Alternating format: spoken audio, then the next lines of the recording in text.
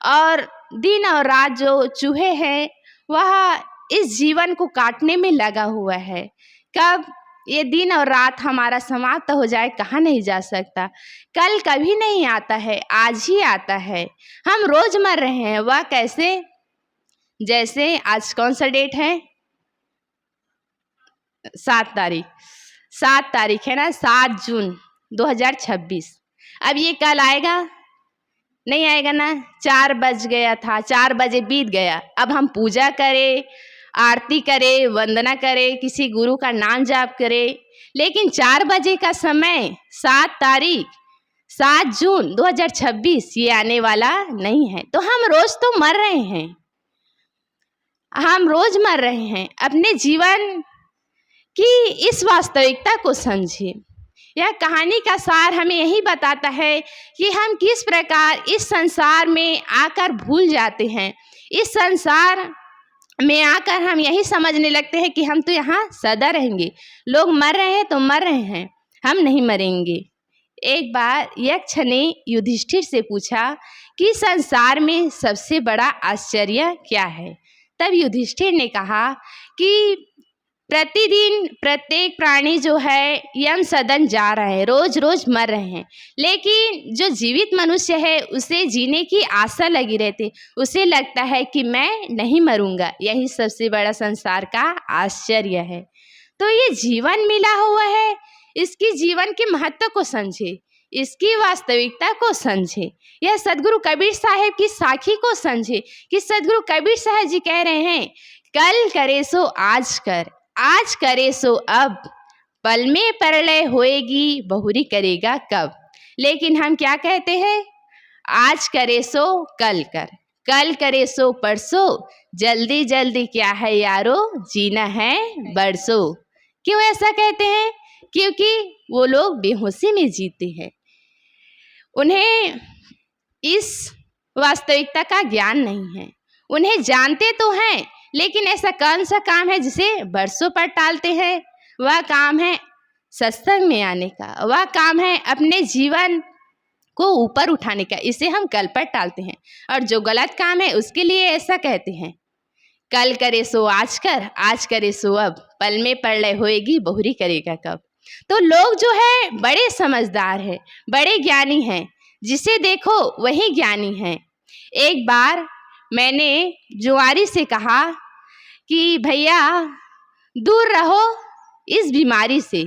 तब उन्होंने कहा कि हमें जुए से क्यों रोकते हो? जुआ तो धर्मराज युधिष्ठिर भी खेले थे। ठीक है, धर्मराज युधिष्ठिर ने जुआ खेला था, तो उसका परिणाम क्या हुआ इसे भी तो याद रखो।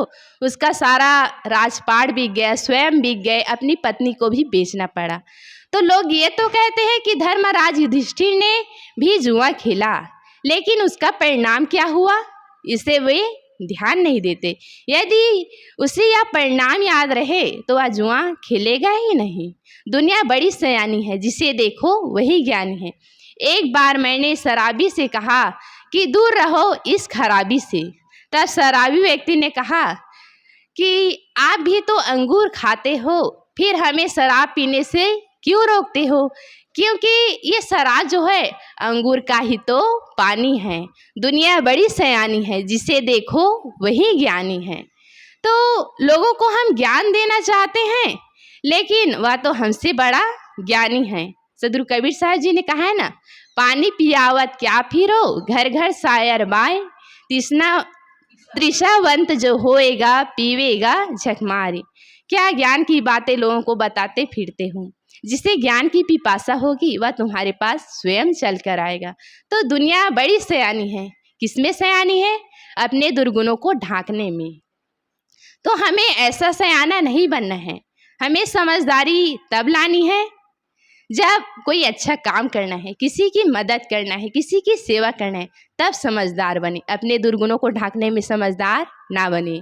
तो मैं सदगुरु कबीर साहब की साखी पर कह रही थी, कल करे सो आज कर, आज करे सो अब, पल में प्रलय होएगी बहुरी करेगा कब। सदगुरु कबीर साहब की साखी हमें इस जीवन में जो कल्याण का काम है, जो साधना का काम है, लोगों के परोपकार का काम है, उसे हम आज ही कर ले, उसे कल पर ना टालें। यह सदगुरु कबीर साहब का संदेश। बस इतना कहकर मैं अपनी वाणी को विराम देती हूँ। बोलिए सदगुरुदेव की जय। बोलिए सदगुरुदेव की जय। अभी हम सब शिलप्रिया साहब के द्वारा बहुत ही सुंदर विचारों से लाभ ले रहे थे कि हम सब अपना जो काम है सब कुछ हम आज कर लेते हैं, परंतु जो साधना है, जो भजन का काम है, उसको हम सब कल पर छोड़ देते हैं। क्योंकि हम देखते हैं, घूमते हैं गाँवों में और मनुष्यों से मिलते भी हैं, तो वे कहते हैं कि जवानी में भजन का काम नहीं करना चाहिए। हम सबको भजन का काम जो है किस में करना चाहिए? बुढ़ापे में। परंतु आप ही सोचिए, बुढ़ापे में क्या होता है? जब हम जवानी में सब कुछ करते हैं, पढ़ते हैं, लिखते हैं, सर्विस करते हैं, नौकरी करते हैं, अनेक प्रकार की चीज़ों का जो उपयोग करते हैं वे केवल जवानी में ही हम सब कर सकते हैं। जैसे कि अभी मोबाइल का ज़माना है, हम जवानी में जितना मोबाइल का आनंद ले सकते हैं वे उतना बुढ़ापे में उसका आनंद नहीं ले सकते हैं। वैसे ही आप अच्छे चीज़ों में लगाइए अपने मन को। जो मनुष्य शरीर मिला हुआ है उसको उपयोग में लगाइए। जैसे कि जवान जो व्यक्ति है वह पढ़ता है, लिखता है, सर्विस करता है और जो बनना है वह जवानी में ही करता है। परंतु वही व्यक्ति जो है वह सब कुछ करता है जवानी में और अंत समय में जब बुढ़ापा आता है तो वही व्यक्ति वह सोचता नहीं है कि जवानी में मैंने क्या किया। वह बुढ़ापा में वह पछताता है कि जवानी में तो मैंने धन दौलत, पढ़ाई लिखाई जो भी है सब कुछ जवानी में किया, परंतु जो जरूरी काम है, जो बुढ़ापा में काम आता है, उसको हम बुढ़ापा में करने के लिए छोड़ देते हैं। इसलिए हम दुखी हैं, परेशान हैं। आप जवानी में अगर भजन सत्संग का काम नहीं करते हैं तो बुढ़ापा में वह होने वाला नहीं है। क्योंकि जवानी में जो हमारे पास आँख है, हाथ है, पैर है, कान है, जो भी हमारे पास जो जवानी में जो शरीर मिला हुआ है वह जवानी में ही उसका उपयोग ज़्यादा होता है। बुढ़ापे में हम आँख से देख नहीं पाते हैं, हाथों से वे काम नहीं कर पाते हैं और पैरों से हम चलकर जा नहीं पाते हैं और कानों से हम ठीक से सुन नहीं पाते हैं। तो क्या बताइए उस समय हम ध्यान, साधना और भजन का काम कर सकते हैं? हमें बैठने में कितनी मुश्किल होती है और हमें देखने में भी और अपने हाथों को पकड़ने में और चलने में हम सब अभी जवानी में तो हमारा जो शरीर है वह कितना काम कर रहा है वे हम सब जान रहे हैं। तो बुढ़ापे में उसका आशा भरोसा कैसे कर सकते हैं? सब काम जवानी में होना चाहिए, परंतु सत्संग भक्ति का काम बुढ़ापे में तो यह होगा नहीं। क्योंकि जो जवानी में सर्विस करते हैं, नौकरी करते हैं, अनेक प्रकार की जो चीज़ जवानी में उपयोग करते हैं वे बुढ़ापे में, अंत समय में जो सार चीज़ है जो हमें बुढ़ापे में सुख देगा वह बुढ़ापे में करना चाहेंगे तो उस समय हमारा जो शरीर है वह काम नहीं आता है। इसलिए हम बुढ़ापे में दुखी हैं, परेशान हैं। अगर जवानी में अपना जीवन को साधना में लगाएं, परमार्थ में लगाएं तो अंत समय जो हमारा बुढ़ापा होता है वह सुखद होगा।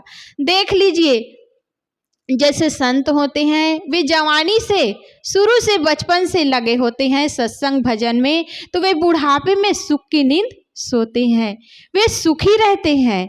वे बुढ़ापा में उनका शरीर नहीं चलता है, हाथ नहीं चलते हैं, पैर नहीं चलते हैं, आँख से वे देख नहीं पाते, फिर भी से वे अपने साधना भजन में उस समय उसको याद करते हैं और वे आनंद से अपना जीवन गुजर बसर करते हैं। हम सब इस दुनिया को देख रहे हैं फिर भी हम उस दुनिया से चेत नहीं रहे हैं। क्यों? क्योंकि हम विवेक विचार नहीं करते हैं।